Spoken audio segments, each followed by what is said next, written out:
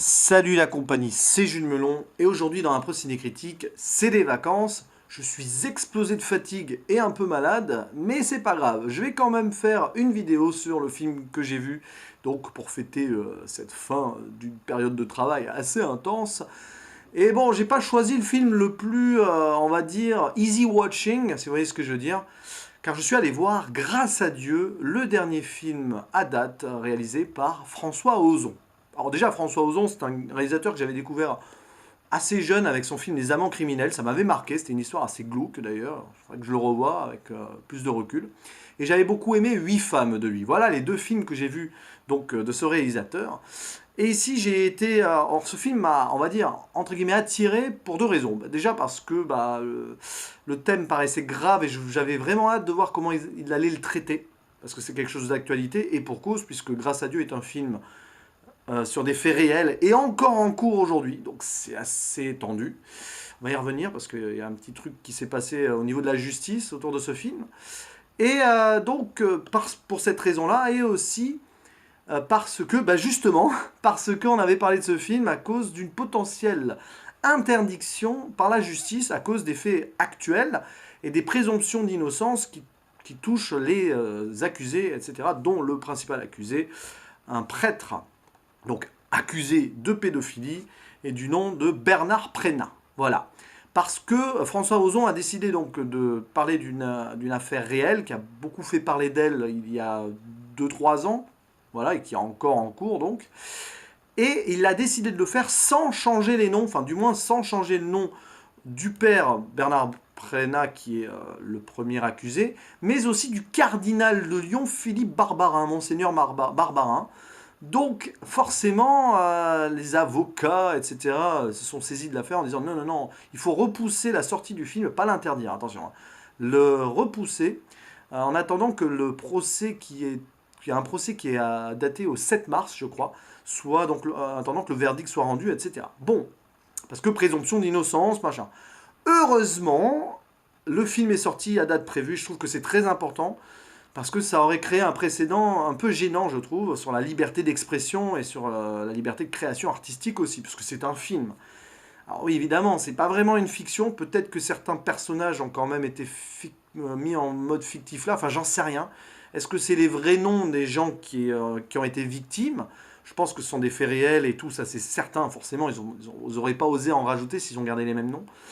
Mais bref, c'est un film donc grave et j'ai pas été déçu là-dessus parce que je ressors de là, on va dire bouleversé par ce film qui est d'une justesse et on va dire, d'un déchirement vraiment abyssal. C'est intense et forcément quand voilà, j'ai encore le film en tête. Là, je lance la vidéo, je l'ai vu, je suis sorti de la séance il y a 1 heure environ. J'ai eu du mal à lancer le truc. D'habitude, je rentre, paf, je me mets devant le truc et je parle. Là, j'ai quand même cogité, j'ai pris quelques petites notes quand même sur mon téléphone a posteriori, donc ça va être une semi-impro ciné-critique, parce que il y a des choses que je voulais vraiment aborder et pas oublier. Voilà. Parce que c'est un sujet grave, d'actualité, et qui me touche, même si j'en ai pas été victime. C'est vraiment quelque chose qui me parle malheureusement, ce genre de truc. Voilà, ça me fait un peu de mal. Voilà, tout ce qui est pédophilie et tout, c'est quelque chose qui me révolte. Faut le dire les choses comme elles sont. Tout ce qui est agression d'ailleurs, sexuelle, etc. Mais là, d'autant plus s'en prendre à des enfants. Enfin bon, bref. Donc c'est l'histoire vraie, donc puisqu'on va faire un petit synopsis de cette histoire autour du père Prénat, accusé 30 ans, 20 à 30 ans après, par des victimes qui osent enfin s'exprimer et qui brisent la loi du silence, puisqu'il aurait, donc, enfin il le dit, il l'avoue lui-même, hein, en plus dans le film, enfin, et le vrai Bernard Prénat a avoué ses crimes. Il a donc proféré des attouchements et autres trucs glauques à des enfants de chœur ou des enfants ou des scouts dont il avait la charge quand il était prêtre dans le diocèse lyonnais dans les années 80 environ. Sauf que le père Bernard Prénat exerce toujours, et c'est d'ailleurs le postulat de départ, une de ses victimes, Alexandre Guérin, un catholique pur et dur, d'une famille, on va dire de la haute classe quand même, qui le croise, enfin voilà, se rappelle et se rend compte que le prêtre est toujours en activité, ce qui le choque, et il décide de franchir le pas et de parler donc de ce qu'il a subi. Et à partir de là, d'autres victimes osent témoigner, et le film en fait monte en puissance là-dessus. D'abord, c'est le combat de Alexandre Guérin seul, joué par un Melville Poupeau d'une justesse incroyable. De toute façon, tous les acteurs sont bons là dans le film. Mais, voilà, Melville Poupeau qui joue donc Alexandre Guérin, on a vraiment l'impression d'avoir la vraie victime devant nous. Et c'est pas dans le surjeu, c'est vraiment, vraiment super bien. François Ozon, il a super bien dirigé ses acteurs. Tout le monde s'est vraiment pris à fond dans le. Enfin voilà, tout le monde s'est mis à fond dans le projet, ça se sent. Voilà. Et donc, au début, c'est le combat d'un homme avec sa famille. Donc, on voit qu'il a eu quand même, il a pu construire une famille, avoir 5 enfants, je crois. Voilà, 5 enfants, donc dont beaucoup de garçons. Et forcément, ça le touche, hein, parce que c'est une famille croyante. Et les enfants naviguent autour de la religion. On les voit d'ailleurs faire leur confirmation pour les 2 aînés. Et il se dit, et si jamais je ne parle pas là, et s'il y avait d'autres prêtres comme lui, machin, enfin, c'est ce qu'il pense, je pense, mais c'est pas dit directement. Et ce qui est intéressant dans le film, c'est que vraiment tout le premier acte, c'est autour de cet homme, et finalement, il arrive à trouver d'autres témoignages, et peu à peu, le film bifurque sur d'autres personnages. Une autre victime du nom de François Debord, joué par Denis Ménochet, lui aussi, alors, excellent dans un autre registre. Il avait été excellent dans Jusqu'à la garde l'année dernière, dans le rôle de ce père violent et tout. Là, c'est un tout autre registre, et autre registre que Alexandre Guérin, parce que lui, il est sorti de la religion, et il a vraiment envie d'attaquer tout le culte catholique dans son ensemble, beaucoup plus, on va dire, frontal et dans la vengeance que Alexandre Guérin, qui est plutôt là pour, on va dire, éviter que le prêtre nuise à d'autres personnes, mais qui n'a pas envie d'incriminer l'Église, puisqu'il croit encore en Dieu de façon. Et il est croyant et pratiquant. Voilà. Donc il y a le personnage de Denis Ménochet, puis un peu plus tard dans le dernier acte, une autre troisième victime principale jouée par Swan Arlo, un jeune, oui, enfin il est plus jeune que les autres, donc lui il n'est pas soumis à la prescription, voilà, on va y revenir parce qu'il y a ce truc-là aussi, qui a eu sa vie détruite clairement par tout ça, il n'a jamais pu vraiment se situer, construire quelque chose. Et alors très bon Swan Arlo aussi, franchement, pour moi Melville Poupeau et Swan Arlo sont au-dessus, même si Denis Ménochet est très bon, mais son personnage est beaucoup plus, on va dire, presque, on va dire, c'est parfois un peu le comic relief du film. À un moment, il veut me faire, parce qu'ils construisent une association tous ensemble, et à un moment, il veut me faire, il veut qu'il y ait un pilote qui dessine une bite dans le ciel pour se faire entendre. Enfin, vous voyez, c'est plus lui, il est plus dans le médiatisation à fond et tout, alors que les autres sont plus dans la retenue pour des raisons différentes. L'un pour l'amour qu'il porte à l'église, et l'autre parce que sa vie est détruite et qu'il a plus de mal à sortir tout ça. Voilà. Et il y a d'autres victimes aussi qui apparaissent, etc. Et puis, il y a aussi donc l'acteur qui joue le cardinal Philippe Barbarin. Déjà, la ressemblance est troublante. Et c'est François Matouret que j'ai déjà vu, je me semble, dans certains films. Il est très bon aussi dans un rôle très ambigu, et on va y revenir, parce que tous les personnages, il y a une ribambelle de personnages là-dedans, ils sont tous travaillés. Le film est presque un film choral, sans faire le mauvais jeu de mots du coup, puisque ça se déroule dans le contexte de l'église, donc voilà, avec des jeunes enfants, machin, qui ont été victimes, tout ça. Bon bref, ça devient un film choral malgré lui, parce que plus on avance, plus on a le portrait donc de victimes, mais aussi des familles de victimes. Et c'est terrible à quel point toutes les émotions arrivent à se mélanger, ça fait de ce film quelque chose de poignant, de réaliste.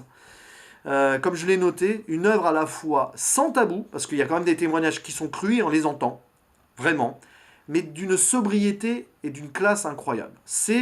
L'équilibre est parfait, et là, François Ozon, il a réussi quelque chose d'extraordinaire. C'est l'un des meilleurs films que j'ai vus sur une histoire réelle ces derniers temps, enfin surtout sur une histoire dramatique. Et je le mettrais presque... Alors c'est difficile à comparer, mais il est comparable quand même, avec Les Chatouilles l'année dernière. Parce que là aussi, c'était une histoire d'attouchement, mais c'était dans le contexte familial, incestueux un peu. Enfin non, c'était si, c'était l'oncle, ouais, c'est ça. Et c'était une histoire réelle aussi. Dans l'émotion, ça m'a touché pratiquement de la même façon. Alors là, c'est beaucoup plus académique et choral et tout, donc. Mais franchement, on tient là l'un des meilleurs films de l'année, et une réussite française absolue. Ouais, le cinéma français excelle dans des drames ces derniers temps, c'est vrai que je l'avoue. J'aime bien ce côté-là du cinéma français qui parle vraiment des émotions et qui le fait vraiment bien. Donc Les Chatouilles l'année dernière, et là on a Grâce à Dieu qui est pas loin d'être une œuvre parfaite. Alors oui, il y a quelques longueurs. Fatalement, le film prend son temps, dure 2h17, c'est énorme pour un film comme ça, mais parce qu'il y a beaucoup de personnages et beaucoup de pans de l'histoire à développer, ça se déroule sur plusieurs années, et puis il y a ce build-up donc des victimes qui se rapprochent du personnage d'origine Alexandre Guérin, etc., qui finissent par créer une association, et donc tous se battre pour que la loi du silence soit brisée, et pour faire aussi admettre à l'Église que oui, il y a des prêtres pédophiles, etc., et qui doivent être jugés et condamnés. Voilà. Et ça, c'est fort. C'est d'autant plus fort que François Ozon a réussi un truc, c'est à ne pas incriminer l'Église de façon frontale. Ça aurait été simple de faire d'un point de vue, vous voyez, ah, l'Église est coupable et tout, machin. Non. Parce que, déjà, il y a le pape François qui a condamné tout ça, clairement. Beaucoup plus d'ailleurs dans la condamnation que certains des évêques, dont le Monseigneur Barbarin. Mais justement, il y a le personnage du Monseigneur Barbarin qui est très ambigu. Alors oui, il a du mal à avaler le truc, mais il reconnaît les trucs, voilà. Mais il veut pas trop que le scandale, il est pris entre deux eaux. Et tout est résumé dans une conférence de presse vers la fin du film où voilà, je vais pas révéler trop de trucs, mais on voit l'ambiguïté du personnage ici qui est maladroit dans ses propos parce qu'il n'a pas envie que toute l'église s'écroule, il a une responsabilité, mais il reconnaît les problèmes et oui, il va finalement, machin, même s'il il est jugé parce qu'il a caché des faits, et ça a été prouvé apparemment. Enfin, il l'a avoué, quoi. Mais ouais, le personnage est ambigu et c'est vers le début du film, on le voit, bon, déjà il essaye quand même de prendre contact avec les victimes, il fait cet effort-là. Donc vous voyez, c'est pas frontalement contre l'Église ce film.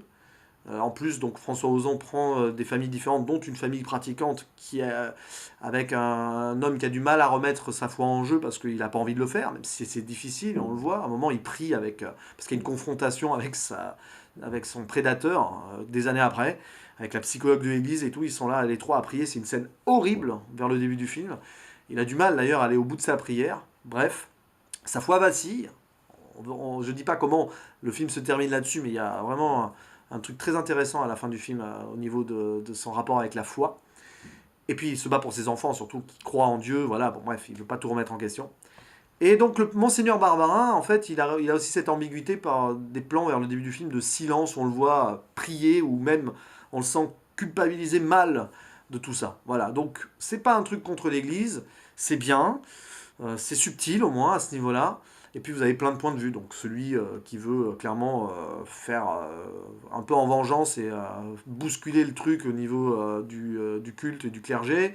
Donc c'est ça qui est intéressant. On a plein de cas différents et des gens qui ont plus ou moins surmonté leurs problèmes avec tous ce point commun, la difficulté vraiment de vivre au quotidien. Même Alexandre Guérin, qu'on sent avec sa famille bien sous tout rapport, on comprend quand même que c'est pas facile tous les jours.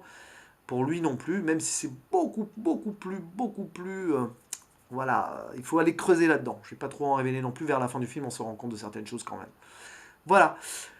Donc c'est très riche et puis il y a plein de symboliques quoi. Enfin il y a plein de thématiques. Par exemple la thématique du pardon, de la rédemption. Peut-on pardonner de tels actes? Évidemment non. Mais paradoxalement la religion catholique a ce pouvoir d'essayer de pardonner un grand maximum à ses pécheurs. Mais peut-on pardonner à un prêtre d'utiliser son charisme et donc sa transmission de la parole du Christ, qui utilise ça pour abuser d'enfants? Donc même là, la question du pardon, est-ce que tout peut être pardonné? Le film, clairement, répond à cette question par la négative. Et c'est vrai que c'est quelque chose de... Je pense que les croyants qui ont vu ce film, ils ont déjà eu du mal à le voir. Moi, j'aurais été croyant pratiquant, j'aurais eu du mal. Voilà. Alors j'ai mes croyances à moi, particulières. Là, je ne parlerai pas de ça dans cette vidéo, c'est pas le propos.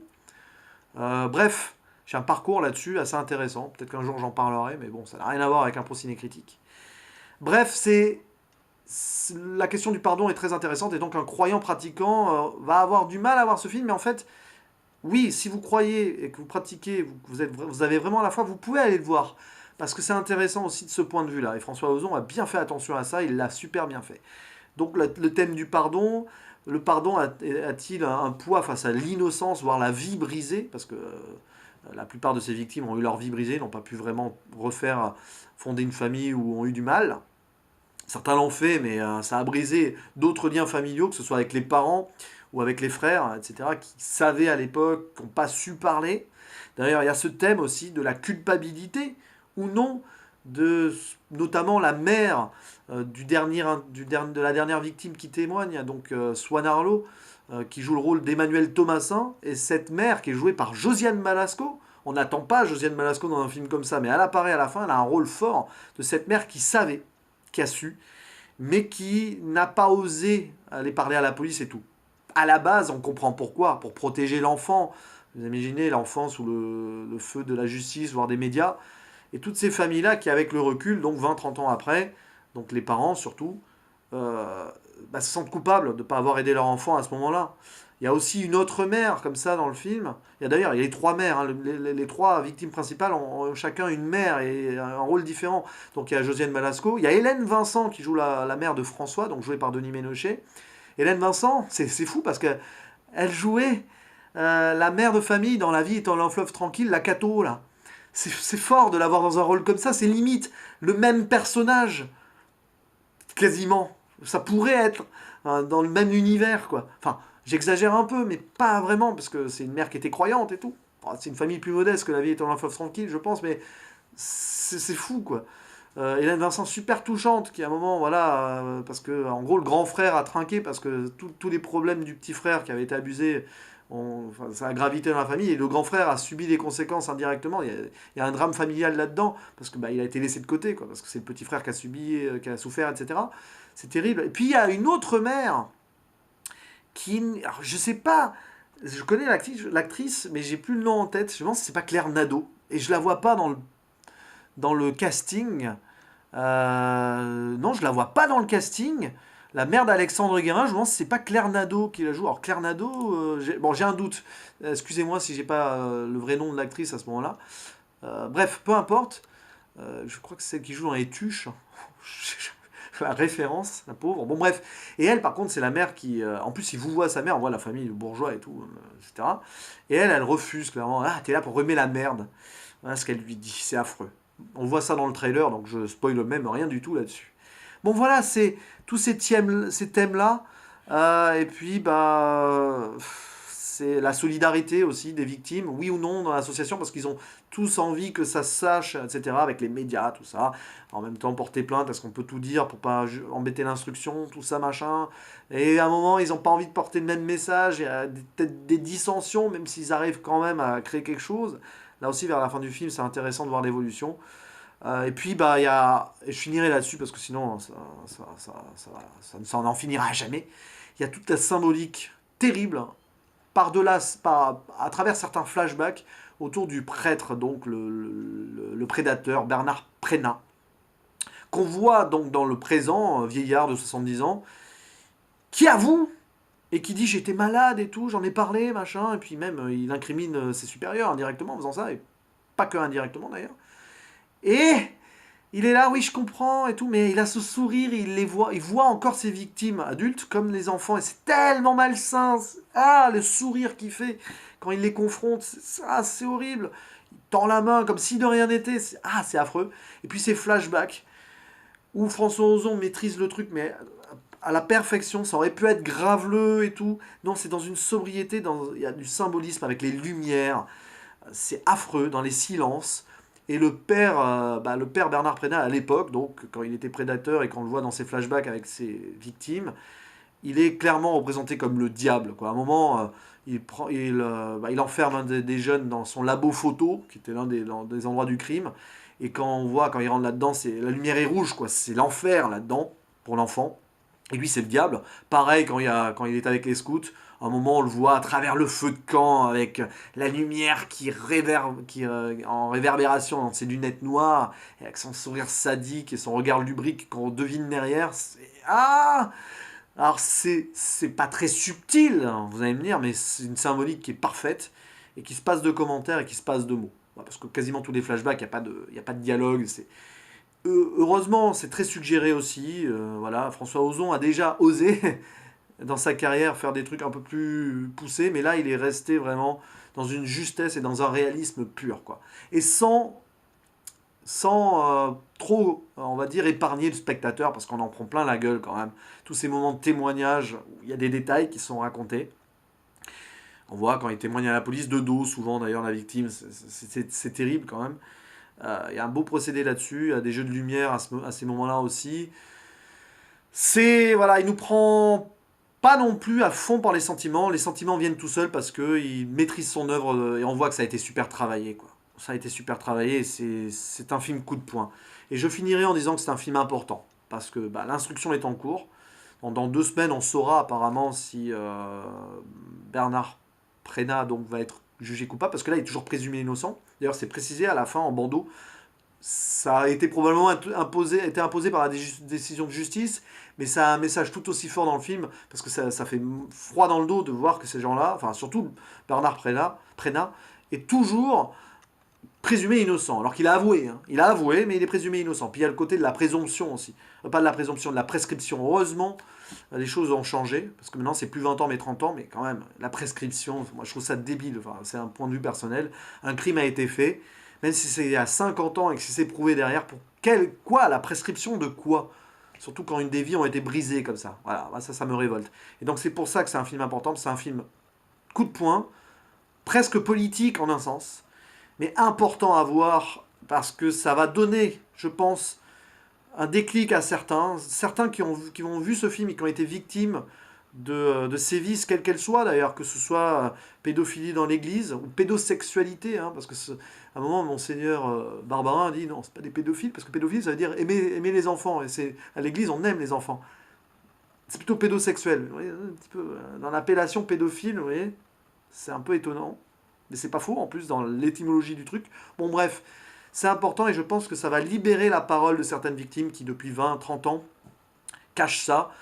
Ça va peut-être en blesser et faire mal à plus d'anges. J'imagine que de toute façon, beaucoup de gens qui ont été victimes de tout ça vont pas oser aller voir ce film, mais peut-être que certaines personnes qui ont été victimes de tout ça vont oser et vont du coup parler. Ça peut être intéressant, ça peut être un film vraiment qui va faire date et qui va libérer certaines paroles et briser certaines lois du silence, je l'espère. Bref, c'est un film majeur de cette année 2019, clairement, et il laisse pas de marbre et il laisse presque sans voix. C'est pour ça que j'ai fait une vidéo, un pro-ciné critique qui va encore dépasser les 20 minutes, je pense. Bon bref, vous voyez ce que je veux dire, hein, je suis dans le paradoxe, mais franchement, une œuvre qui renverse, qui bouleverse, mais qui est d'une urgence absolue pour ceux qui souffrent et qui ont souffert. Voilà. Oui, on peut parler. Et le film le dit. Oui, vous pouvez parler. Oui, vous allez souffrir. Non, ce n'est pas facile. Le message est là, clairement. Il n'y a pas de mensonge là-dessus. Ce film est vraiment sans mensonge. Mais ça vaut peut-être le coup. Si ce n'est pour vous, oui, pour vous libérer, pour en parler à vos proches, etc. Mais aussi pour d'autres personnes qui, peut-être, grâce à votre voix, éviteront de souffrir si les personnes qui vous ont fait souffrir sont toujours dans le coin, proche d'enfants, ou etc. Vous voyez ce que je veux dire? C'est le message du film, clairement. Voilà. Bref, j'ai réussi à faire mon impro ciné critique à bout de force, totalement bouleversé. Mais voilà, c'était ce que j'avais à dire donc sur Grâce à Dieu. Un film que je vous conseille, mais bon, soyez quand même, ne soyez pas trop triste ou trop impliqué peut-être, enfin, à vous de voir, mais vous ne ressortirez pas de ce film indemne, c'est clair. Voilà. Allez, à la prochaine. Ciao.